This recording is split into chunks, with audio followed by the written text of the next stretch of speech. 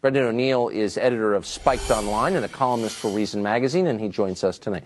Brendan, thanks for coming on. Just as a factual matter, did I misstate any of that? I mean, are those the facts of the case? Those are the facts of the case. It's pretty shocking. In 2009, this woman, whose name is not being given out in public, she gave a seminar in Austria in which she said that Muhammad behaved like a paedophile, and she was charged with inciting religious hatred. And she appealed to the European Court of Human Rights, believing that a Court of Human Rights might actually defend her rights. But the European Court of Human Rights has decreed that the court was right to punish her for making these comments. And furthermore, the European Court of Human Rights establishes precedent across Europe. So we now have effectively been warned, all Europeans, that you are forbidden from making this comment about Muhammad. So in other words, a standard that has long prevailed in the Islamic world, which is that you can be punished for criticizing Muhammad, is now the law in Europe. Exactly right. And I think this is pretty terrifying, because what we are witnessing in Europe is the return of blasphemy law by the back door.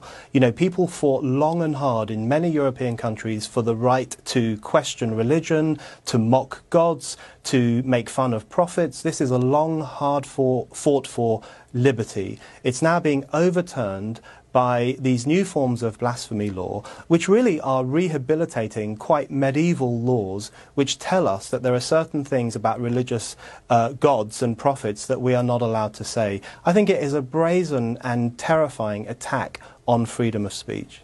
Yes, and one specific religion. I mean, I assume you're still free to attack the Archbishop of Canterbury. In fact, of course you are. It's Islam. So, but let me ask you this. The guardians of the First Amendment in any society, of course, are journalists. I mean, that's their role in a society. But my sense is the European press has not reacted like their house is burning down to this. They haven't raised a hue and cry over it, or have I missed that? The problem we face in Europe, of course, is that Islam is offered the kind of protections that no other religion enjoys. We have the term Islamophobia, which is used against anyone who simply raises criticisms of the Quran or the hijab or any other aspect of Islamic practices or Islamic behavior. There's a real culture of conformism and censorship around the issue of Islam in particular, which means that, unfortunately, many journalists probably will not take to task this court ruling in the way that they should. I think what we have to recognize is that freedom of speech, by its very definition, includes the freedom to offend. And what the court has done it has said that people's religious feelings trump the freedom of speech. I think that's a really dangerous road to go down, because nobody's feelings should trump the right of anyone else to say what they believe. Of course. But and this is a much longer conversation, which maybe you can come back and we can have, but it's not simply a failure to defend speech, it's also kind of continent-wide self-hatred. Yes. What people are saying is the culture, our culture, should bow down before another culture, minority culture from another part of the world.